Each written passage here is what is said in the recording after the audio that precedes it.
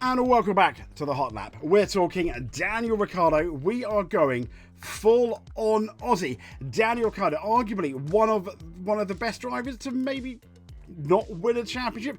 At least that's what Autosport felt, and I can't really argue it. In 2014, he was, I think, named one of the best drivers of the year, the best driver of the year, in a year where Lewis Hamilton and Nico Rosberg dominated in their Mercedes, and he was one of the few people in the Mercedes era to actually win a race, beat Mercedes. His first one coming at the Canadian Grand Prix that year. But I digress, because this is also talking about post F1. What is Daniel Ricciardo doing? How does he feel about everything after his Formula One story is finished?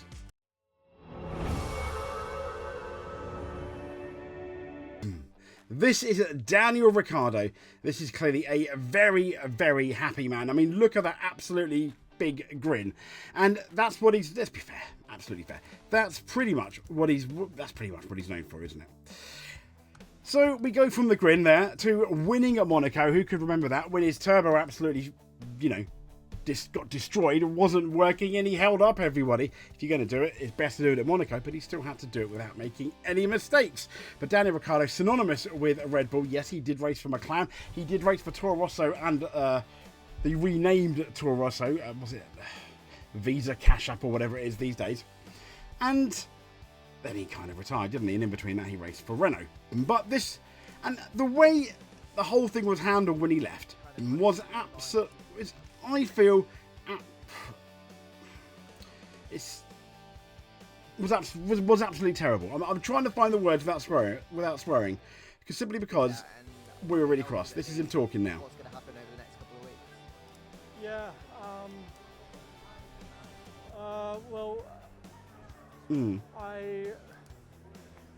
A lot of emotions, because I mean, look, you can see in his face, he's either been on absolute tirade of drugs, which obviously he hasn't because he's an athlete in Formula One, or he's very sad. And I'm definitely edging towards the fact that this guy is very sad.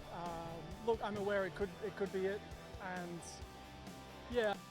I think at this point you got to wonder, surely he knows that's it. And the fact that, yes, they gave him the fastest lap, but they didn't have a passing out parade, really. They didn't have like a well done, Daniel, this is your final race. It was just in the news that Liam Lawson has taken his place. And did Liam Lawson do any better than Daniel Ricciardo would have done up to now? No, to be honest, I don't think so. About equal, maybe, but I don't think he's done any better. Hindsight is a wonderful thing, though, isn't it? Yeah, I think it's also just exhausted after the race, so there's so much, I don't know, just like a flood of many emotions and feelings and exhaustion. And what gets me really angry is the fact that they did change Daniel Ricciardo kind of like halfway through the year, basically, like they did with Nick de Vries halfway through his year. He's only a handful of races in. It just did not make any sense. And this was the man after the Belgian Grand Prix, if you remember, in 2024, was due to replace Sergio Perez. It would have been interesting to see how he handled that Red Bull, how that Red Bull had changed since he was last there in the mid-2010s. It just makes me so cross. It makes me really cross what they did to him. Yeah, the cockpit is something that I mean, you can tell. Look, you can tell. I got very, very used to for many years. He's trying not to cry. Look. Just wanted to savor the moment. All right. Well, I hope you see your dust again. Thank you. Look, absolutely destroyed. Well done, Red Bull, for absolutely destroying an athlete. I think there. But it's Red Bull. Let's be fair. Probably. If we had a list of toxic teams over the last 10 years, that's going to be number one, isn't it? Sadly, because there's so many talented individuals there. But together, something's just not been gelling the last few years. And the way Red Bull, as a company I'm talking about, not the Red Bull racing team in itself, not just the Visa Cash App in itself, the way Daniel Ricciardo was treated was just horrendous, isn't it? But he's smiling here. Now, this is an update. This is a wholesome interview from a fan. The link is in the description below. This is from behind the Grand Prix, and I just wanted to play it because I thought it was absolutely lovely. It's really, really short interview. I don't think I'll play the whole thing, but we'll play a big clip. Growing up, every kid, especially boys, they always wanted to be a race car driver. Every single one of them that I knew. What's it like realizing that dream in reality? Here we go. It took me a long time to actually realise I was doing it because it's a dream and you think about it as a kid, and then when you're there and you make it, you're like, oh wow, it happens very quick. But I mean, obviously I had a very, very appreciative for the career I had, and very grateful to do what I love for a long time. Now that must have been an adrenaline rush that you couldn't match. Do you have? No. Yeah. So that's it all. I mean, the fact that he's smiling now is absolutely brilliant. And the guy obviously showed him his most recent F1 win in a McLaren in 2021. He won a race before Lando Norris did in that McLaren, for example. And that was such a lovely win. Everything seemed to go that weekend. And he was the faster of the two drivers in the end as well. But this was inspired by this article here about Daniel Ricciardo, shall we? And shares more about his post-F1 life amid journey of self-exploration. I couldn't get like the live interview, obviously. But he explained how he's going through a bit of self-exploration after these... Excuse me, I just muted the mic there because I sneezed. After leaving the world of Formula 1. And he's pretty much saying, I'm trying to figure out who I am, going on one of those almost cliche journeys. And as you know, he dropped off the grid after the Singapore Grand Prix. And since then, he's kept a relatively low profile, occasionally making appearances. He's got his rounds of own. He's got his own karting racing series as well. And speaking in a rare F1 interview, post-F1 interview, and it was at Ray White's Connect conference in Australia, he shared what he's been doing. He says, well, I haven't been shaving my face. He's recently turned 36, and he said, the beard is my comfort right now. And on a more serious note, he said, this year has been a bit of self-exploration. I lived this crazy high life for so long this year, and I've sat into a little bit of stillness. He said, I've had a lot of time and done some hiking.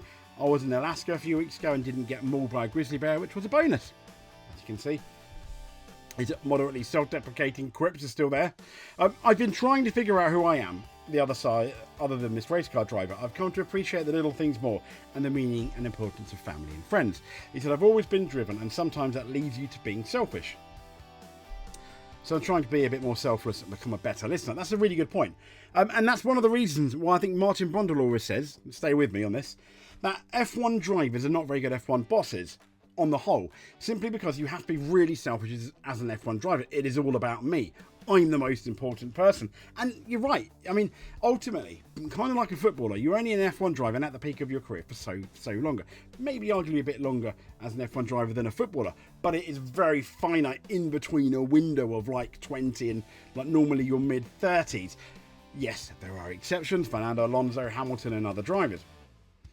So, with that extra time to reflect, Ricciardo took it all the way back, it says, to his very first steps in motorsport. And he said, my childhood was great. I was always driven to do something that scared me a bit.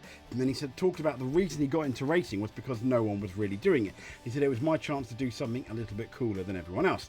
I was just showing off, but showing off has got me to a really good place in life. I completely believe he's the kind of guy to show off. He's talking about that he always loved racing, but he never thought he'd have the career he had when he made it to F1. And even when he was in the Toro Rosso, even when he went to Red Bull, I don't think anyone appreciated at the time until 2014 how good this guy really was. And he's talking about saying, I always loved racing, but I never thought I'd have the career I had to make it to F1. I mean, really apropos, isn't it? And he said, you just have to take one thing at a time. And if you look too far ahead, everything looks a bit daunting. And absolutely it does. So, I want to leave here with we're looking at Daniel Ricciardo and all the teams he's been there. 2009, he was a Red Bull test driver. 2010, Red Bull test driver. 2011, Toro Rosso test driver. That's it. 2011, it wasn't Mauricio, it was Hispania. It finished, 27th, nil points. 2012, Red Bull Show Ones. 2012, also Toro Rosso, 18th, 10 points. 2013, Red Bull test driver. 2013, Toro Rosso, 14th, 20 points, improving. And then comes 2014, Red Bull, 3rd, 238 points. 2015, Red Bull, sadly 8th, 92 points. 2016, Red Bull, 3rd, 256 points. 2017, Red Bull, 5th, 200 points.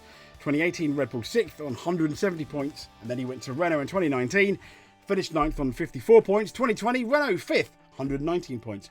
Then 2021 McLaren, he finished 8th on 115 points. Good year. Sadly in 22 he finished 11th on 37 points when he left. Red Bull test driver in 23. AlphaTauri in 23 also. 17, 6 points. And then he finished, I don't know, this is XTH, but yeah, 12 points. in 2024 for the V car before he was gone. So there we go. There's Daniel Ricciardo. I mean, the man. Let's just leave it there on that Monaco win. Brilliant. And so the important thing that coming out of this, he's a happy guy. He's still happy. And I think kind of like David Coulthard, he's accepted. Yeah, I didn't win a world championship. Was I good enough at points? I probably was, but he didn't have the car in 2014, 2015, 2016. And then Max Verstappen came along and pretty much changed everything.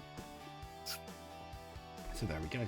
Until then, excuse me, give us a subscribe if you want. And speak to you soon, because I'm just going to cough and cough.